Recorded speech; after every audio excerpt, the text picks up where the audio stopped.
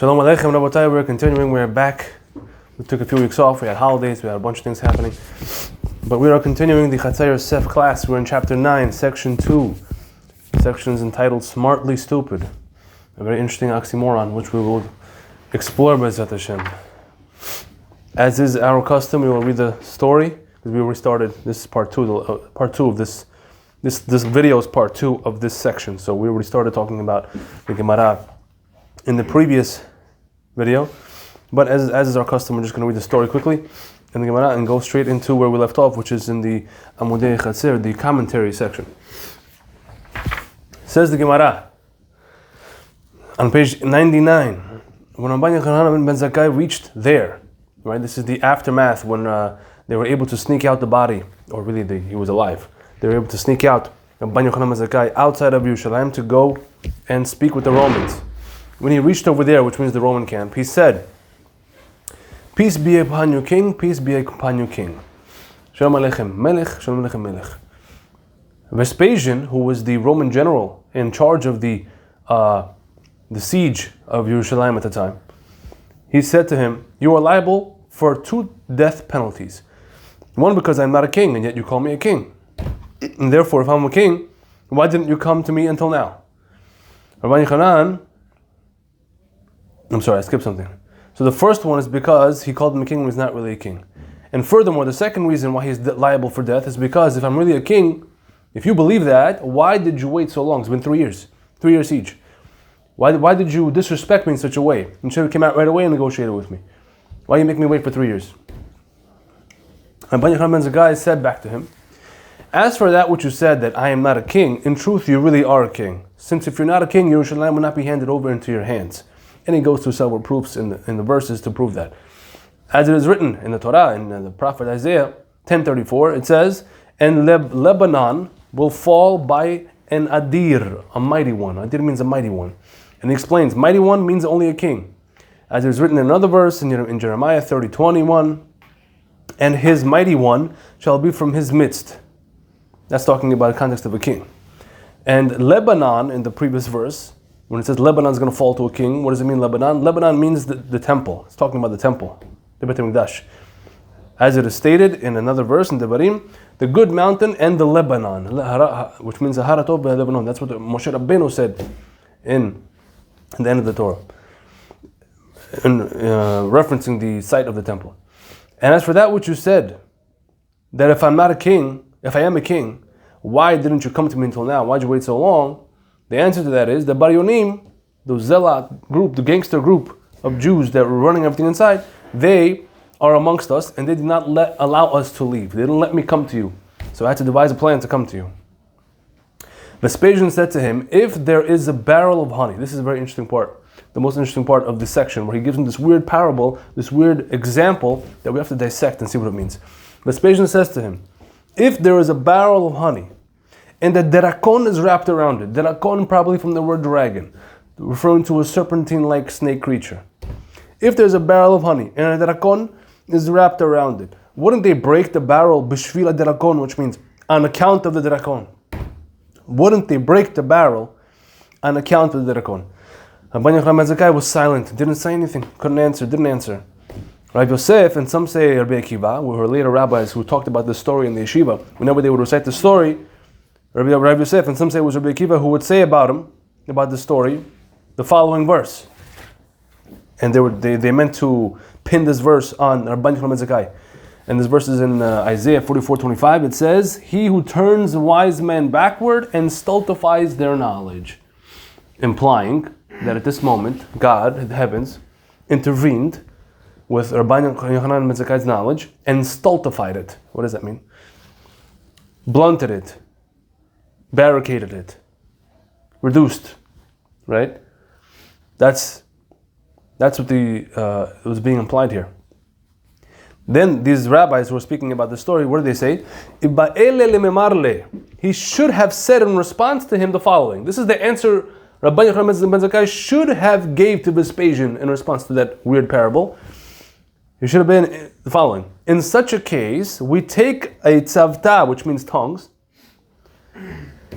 tool called tongs, and remove the derakon and kill it and leave the barrel intact. That would be the answer. Okay. That was the whole story. I want to just read this one Rashi because it's very, very much tied into the story. The end of Rashi here on page 100. Wouldn't they break the barrel? Rashi explains, right? This is what Vespasian said. Wouldn't they break the barrel? Rashi explains, in other words, in order for the Drakon to go away, break the barrel so the Drakon should go away. So too you, right? This is Vespasian speaking to Rabban Yochanan ben Zakkai, as explained by Rashi, that he meant to him that you, meaning the opposition against the Baryonim in the city, you, rabbinic group, your people, your followers, should have broken the walls of the city and burnt them in fire to send away the Baryonim from the city. That's how Rashi explains it. Also not so clear. We have to see what that means. Next Rashi, then the proposed answer was that no, we want to leave the barrel intact. Our hope was perhaps we could endure the Baryonim, tolerate them, and take them out of the city while holding up the city walls intact, and then make peace with you, the Romans. Right? We didn't want to destroy our city walls. That is how Rashi explains the back and forth. So right now we're in the Maharam Shif, page 101. Hopefully we'll finish all these Amudin Chatzir commentaries today, and we'll see how far we get. Says the Maharam Shif, by saying you are liable for two death penalties, right? That was the beginning of the story. He told him you're liable for two death penalties. Vespasian simply meant that Rabban Yochanan ben Zakkai was liable for two different reasons, not for a death penalty twice.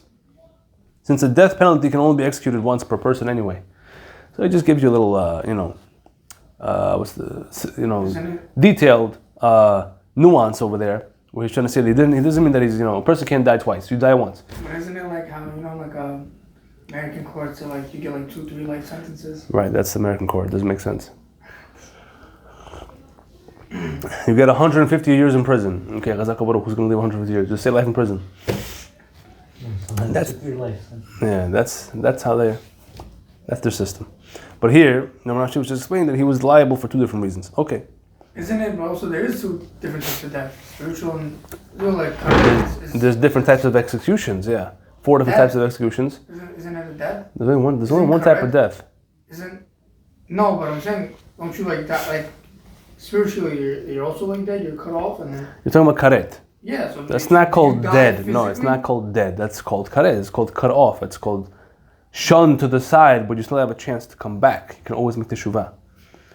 From karet, the person can make teshuvah. It's very difficult, but there are ways. From death, you can't make teshuvah. A person dies. That's it. That is the atonement, right? The death itself is the atonement for the sin, if it's such a severe sin. Okay. He continues, the issue with calling Vespasian king is not how Rashi explained. How did Rashi explain it? What's the problem with calling Vespasian a king if he's not really a king? Rashi said that it would be deriding, which means insulting, to Vespasian. That's what Rashi said. Which is weird. If I call you a king, it's not really insulting. All these later commentators have a problem with this Rashi. It could be if I was supposed to be king and I didn't get it. Exactly. So now you're like, so you're saying it depends on the context. Yeah. Okay, but I'm not sure. We don't have any historical context about Vespasian if he was supposed to be a king. It doesn't matter in general. You're just. I'm sure he was loyal to his king. You know how you call? There's people that call their workers. What's up, boss? How you doing today? I'm the boss. I'm calling you boss. What's up, chief? That became like a slang term. Hey, boss. So you think he was calling him a slang kind of king? Yo, king, like that, Mr. King. Maybe. Let's see. Either way, a lot of the later commentators disagree with Rashi's explanation that was the insult, that the insult was to Vespasian by calling him a king. Rather, says Maharam Shif, Vespasian says you insult. Vespasian says you're liable to death for calling me a king. Now, what was the problem with that? Rashi says, because he insulted Vespasian that way. Because he's not a king. Okay, but how is it an insult? But again, it's like a king is a prestigious, honorable thing to call somebody. Not if you're doing it sarcastically. Maybe you're right. Maybe so. Okay, maybe Vespasian understood. Maybe that's how Rashi explained. That's not the way the rabbi was trying to convey it, but maybe that's the way Vespasian took it. Perhaps.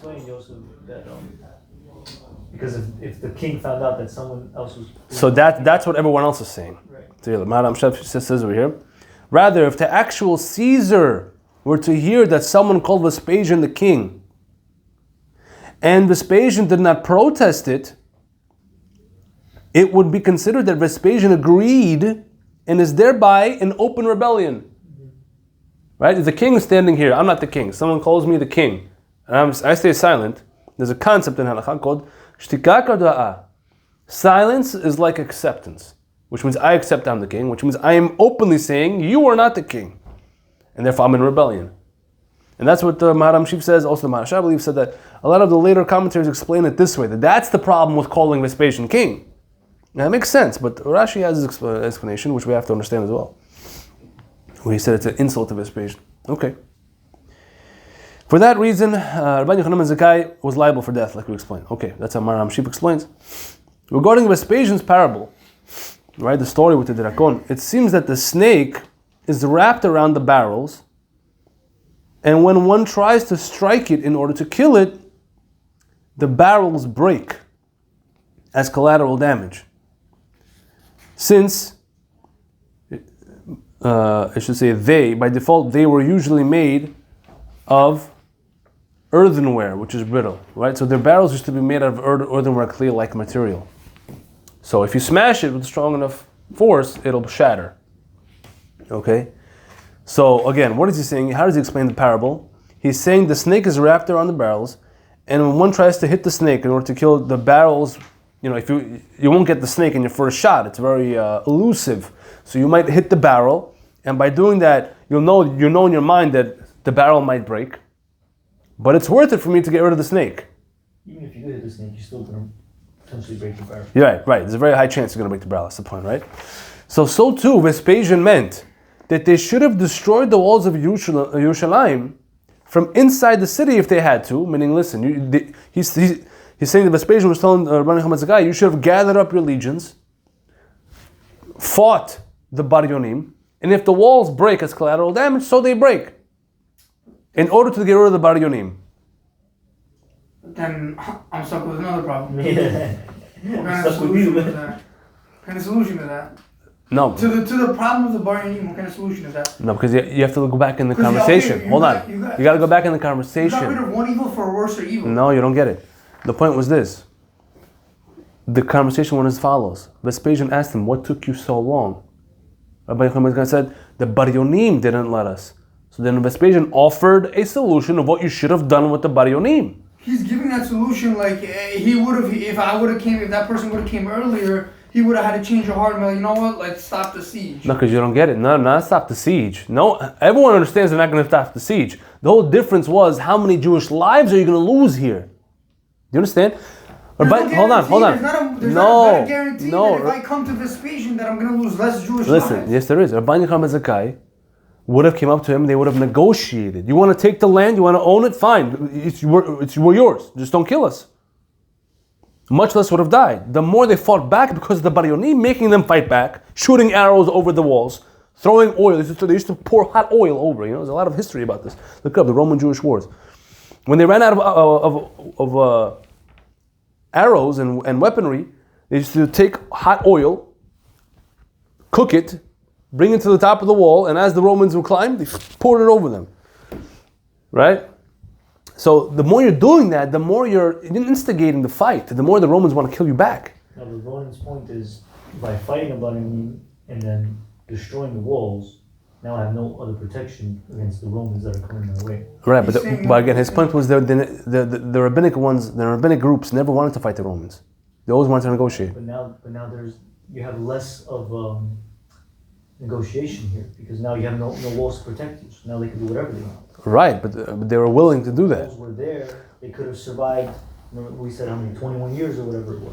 Right, but then they burned all their food. Right. So again, this is Vespasian's answer. This is from his perspective. So he's Vespasian is a little has bias here. Of course. Obviously, he doesn't care. Right. Obviously, then that's why the Gemara later said, "Oh, he should have answered this. That we don't want to destroy our walls." You're right. But this, we're just trying to explain Vespasian's perspective and what he meant by his parable. Okay. So that's Maharam Shif. So far, if you're keeping track, if you go back to the first video, Rashi had an explanation of this parable. The Maharsha had a different explanation. And now the Maharam Shif has a different explanation. So, did we mention anywhere here about the dragon, what it represents? Or that's coming up? So according to Maharsha, the Drakon is the Bar Yonim. And then other people say differently, right? And according to Maharam Shif, it's also the Bar Yonim. Yeah.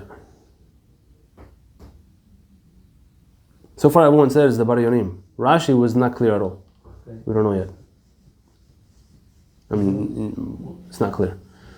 So let's see, let's go forward. We'll see. In the Chatzar Yosef we give what we think is a solid explanation. That's where I'm stuck. Yeah, I know. Okay. Next short commentary here on page 102. Be'erot HaMayim. This is Rabbi Tzvi Hirsch Katz HaKohen in the 1800s. He says like this. In his explanation of Vespasian's parable, Rashi chose not to say that the goal was to kill the snake. Right? Because what did Rashi say? Rashi said that we want the snake to run away. Why did he say that? Because the snake was represented the Bar Yonim, again according to this explanation. The snake is the Bar Yonim, the enemy, the problem. Why? Because he felt that the Bar Yonim were not necessarily legally liable for death in their desire to wage war against the Romans. That's why Rashi couldn't explain that, chose not to explain that the goal of this whole thing is to kill the snake. It's actually just make them to run away, to get them out of the way, because they weren't legally liable for death. By indirectly putting the Jewish people at risk, that's not legally liable? I guess you can make that argument. It depends. A Moser is someone who is an informant. He is liable, but they're not Moserim, no? But they put them in jail. Oh, you know what it is? They burnt the food. Yeah. So isn't that like a rodef? Not really, because their intent was not to have all the Jews die. Their intent was to fight the Romans. That may have entailed death by just by... Intent, actions speak louder than your intentions. Intention... Let's see. Next one, Ben Yehoyada, he explains. He says, it seems that when Rabban Yochanan ben Zakkai said, Shalom Aleichem Melech, peace be upon you, king, he said it towards Vespasian. But in his heart, he intended, his kavanah was, that it should be for the true king, the upper king, God, and not for Vespasian. So when he says Shalom Aleichem Melech, he's really thinking about God.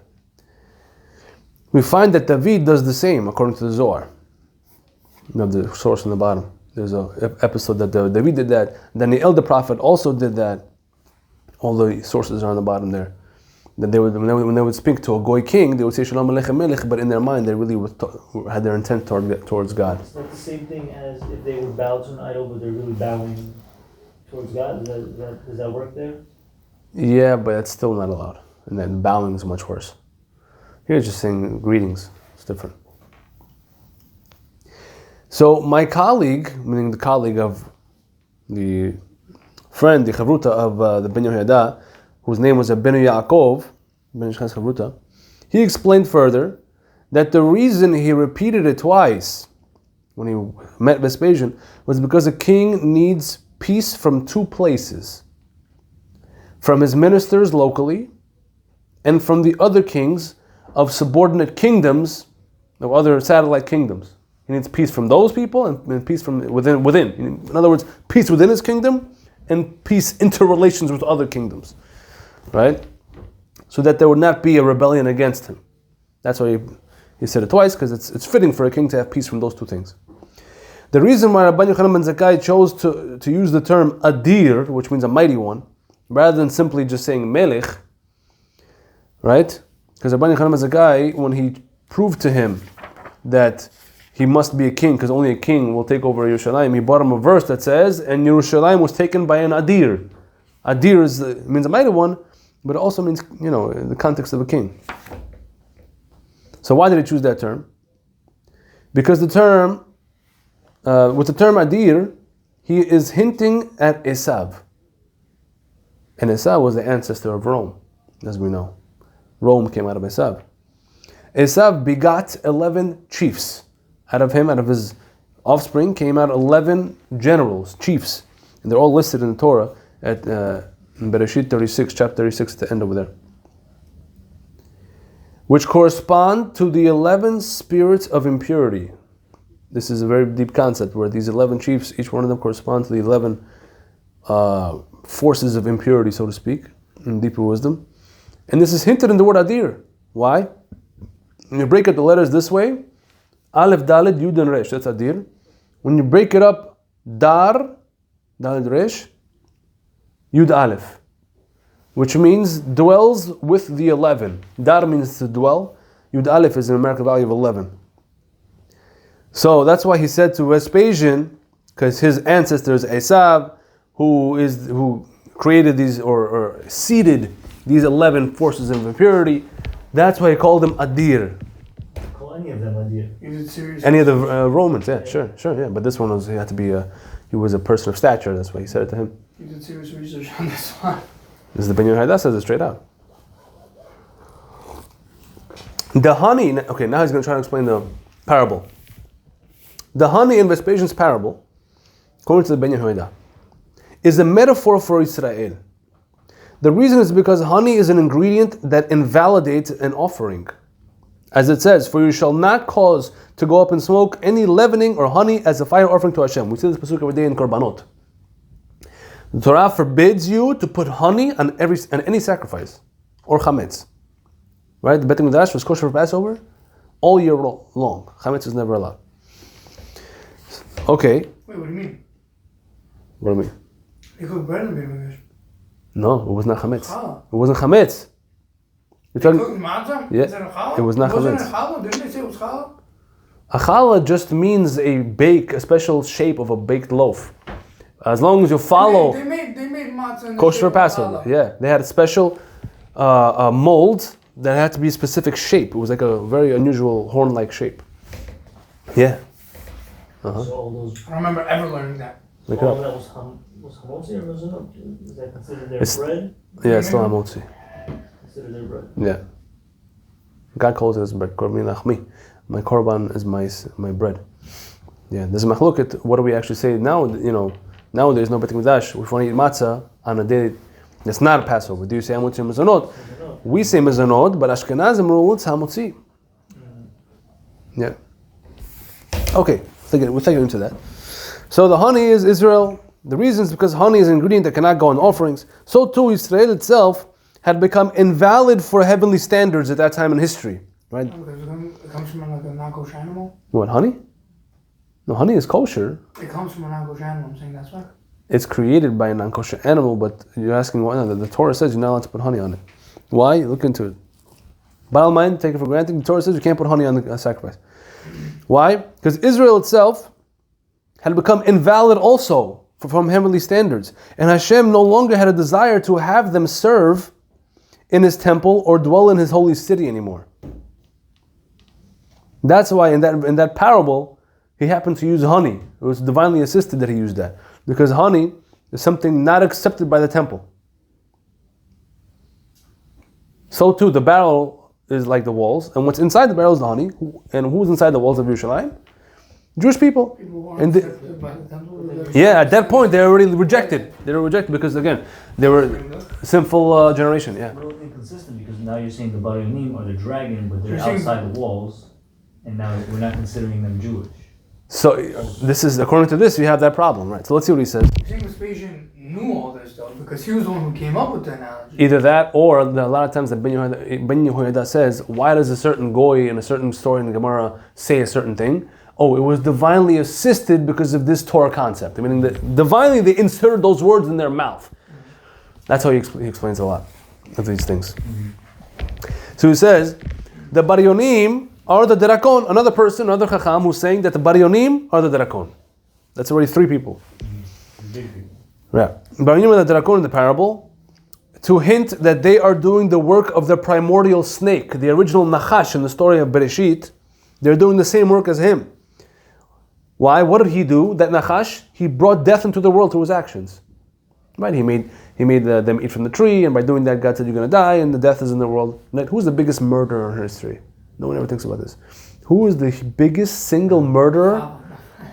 Adam and Chava. Without them, there would be no death. Every person that died after them is because, is their fault, so to speak, to some extent. Yes, it's a little bit but no one thinks of it that way. It's still the serpent, though. You're right. He set the ball into motion by doing what he did. You're right. It was all the nachash. But the bottom line, they still sinned, right? Can we just explain the difference between the Darakon and a regular snake? They don't explain it. Most of them saying it's just another word for a snake. Yeah, serpentine-like snake creature. Yeah, lizard-like snakes. You know. So now again, we're going to explain later that there's a reason why the Gemara is using the word Darakon. So let's see. So too, just as the snake brought death to the world by doing what he did with the Dam Chaba, they, the Baryonim, brought death upon all the dwellers of the city. Because of their constant fighting and instigating, Rome wanted to kill all of them. All the Jews inside there. As much as they could anyway. I mean, Rome wanted to kill regardless if there was fighting or no fighting. No, but if the Jews stood down right away and what's the word I'm looking for? Stand down. Because they had no chance. They survived. Although throughout history, the Jews were a real menace and really pests to the Romans because they had different types of warfare and it took up a long time, but eventually the Romans, of course, but eventually the Romans still pummeled them eventually, right? Again, it's through God, you're right. But the point is that the rabbinic leaders, they didn't want to go through all that. They'd rather be exiled in Galut, under the foot of the Romans and in their power, just stay alive and do mitzvot. But the Baryonim didn't see it that way. They said, no, if we're not going to be free, we're going to die. Nationalists. Which is, listen, it's a different way, and then there's a time and place for that also. But the rabbinic opinion was not of that at the time. Okay, so now, next part of the Ben Yehoiada. Because they didn't have the merit. Right, there was no zchut to run, exactly. Surely Rabban Yochanan ben Zakkai knew what to answer to Vespasian's parable. This is another major question here. How could Rabban Yochanan ben Zakkai, this page is in the Gemara, Masechet Sukkah, Masechet Ketubot. Ketubot? Not Ketubot. Sukkah, another place, that talks about Rabban Yochanan ben Zakkai, how amazing his knowledge was. You know that? It says that there was 80 students of Hillel HaZaken, the Hillel, right? Remember here, Beit Hillel? Beit Hillel means the house of Hillel, the yeshiva that he established later, that followed after him. But the original founder of that was Hillel HaZaken. He had 80 direct students. The lowest one of them was Rabban Yochanan ben Zakkai, the 80th one. But it says over there, he knew the language of the birds, the language of the angels, the language of the demons. He knew every topic in Torah. Rabban Yochanan ben Zakkai. This is the person we're talking about here. Okay? When we say 70 languages of the world, the birds, all that, that's not included? Not included, yeah. 70 is human language. It's not, that's something else. The language of the birds, because the birds hear decrees from heaven. And wherever they chirp, right? That's why you never hear, probably where the expression, a little birdie told me, comes from there. Because the birds, right? There's also stories in the Gemara famously of how a guy learned from Shlomo HaMelech the language of the birds, and then he heard decrees that was going to happen to him, and then he tried to avoid them, and they still came to him, right? No, it says when, of course, it says when they used to learn, when Rabban Yochanan used to learn Torah, any bird that flew over his head would get burned. There was just a pillar of fire coming. Again, what this means is very deep things. But the point is, just so you know the stature of who we're talking about, Rabban Yochanan ben Zakkai. Do we mean this physically or not? That needs to be analyzed. But the point is, again, the Gemara doesn't say that about me and you. It says that about him. Exactly, we're not even in the Gemara, so we can't see that. So nevertheless, how could it be that he didn't know what to answer to this Goy, this Vespasian, this Roman descendant of Esav? He didn't know what to answer him about the barrel and the Darakon? He stayed silent. Why? How could it be? That's a very serious question here. Says the Ben Yehoiada, he knew what to answer to Vespasian's parable, but he held himself back because he did not want to continue debating and portray himself as victorious in front of the king. He held himself back on purpose so as not to instigate more. Instead, he chose to show honor to the king and let him win the debate. Okay, simple answer. The chapter then, huh? Maybe he was smartly smart, huh? No, you'll see later on why we named that. Last piece of the Ben Yehoyada, the reason our Gemara quoted Rav Yosef first, and then Rabbi Akiva, right? This is another side question we had on the Gemara. At the end, when it says he should have answered such and such, so and so, it said Rav Yosef said that, and some say Rabbi Akiva said that. That's a problem in the order of operations of the Gemara, because Rav Yosef is an Amora, later generation Chacham. Rabbi Akiva is a Tana, a generation of the Mishnah, the original rabbinic generation, okay? And so he is of higher authority, Rabbi Akiva. And if there's a question of attribution of who said this, of two people, you should say the Tana first. You say Rabbi Akiva and some say Rabbi Yosef. Isn't there some that are like around the same time? Isn't there one that was there was an Amorai that was like around the same time as Tai, so they like hold his opinion as the same? Yeah, Rav. Rav was in that category where he was transitioning, but Rav Yosef was not. Rav Yosef was definitely Amora later on. He's about 2 generations after Rav, I believe. Yeah. No, 1 generation after Rav. So it says over here, how does he answer this question? It's because the Gemara was sure that Rav Yosef indeed gave over this teaching, but it is unsure whether or not Rabbi Akiva also gave this teaching or not. I think you said this last time, I think. So since it was more sure about Rav Yosef, they said Rav Yosef first. Thus, it cites the certain source first, Rav Yosef, followed by the uncertain source of Rabbi Akiva. Okay, simple answer he gives. Next commentary, the Metzudat David. Metzudat David is Rabbi David ben Moshe Altsholer from Prague. Is a very famous commentator. I think this is the same with Metzudat David that you're going to find in the commentaries to Nach, to Nevi'im Ketuvim. He explains it very simply. I think it's the same one. I'm going to double check. Because sometimes a lot of books, names of books are duplicated by different Chachamim. Okay. He says, regarding Rabban Yochanan ben Zakkai's silence, why did he stay silent? He knew the answer, but Hashem ordained it that it be taken away from him. So now you have a different approach. Ben Yehoyada said he knew, but he stayed quiet on purpose. Metzudat David is saying, no, God made him stay quiet. God made it so that the answer be taken away from him. However, Vespasian did not doubt Rabban Yochanan ben Zakkai's wisdom. Rather, he presumed that the answer was prevented from him by heaven also. Look at note 17. Metzudat David posits that Vespasian assumed that Rabban Yochanan ben Zakkai was silent because God made it so. He gave him that respect. Through this, Vespasian realized that the Jews were being taken down not because of his own strength and might, Vespasian's own strength, but rather because of Hashem's supervision of the whole situation due to their sins. That's how he explains that Vespasian saw the whole situation. Based on that opinion, I wouldn't even spoken to the rabbi. I would just been like, God's on my side right now. Yeah. I'm not giving you no parables or nothing. Get out of my sight. I'm going to come for your city. That's No, this was after the parable though. He said he realized this based on his silence to the parable. Okay, Chochmat Manoach, last one over here.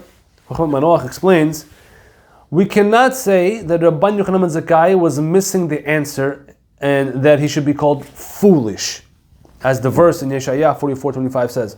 Because remember, the Rav Yosef, some say Rabbi Akiva, said this verse about Rabban Yochanan ben Zakkai. Where was the verse? One more time. He, meaning God, turns wise men backward and stultifies their knowledge. I.e., he makes them foolish. But we cannot say that about Rabban Yochanan ben Zakkai, says the Chochmat Manoach.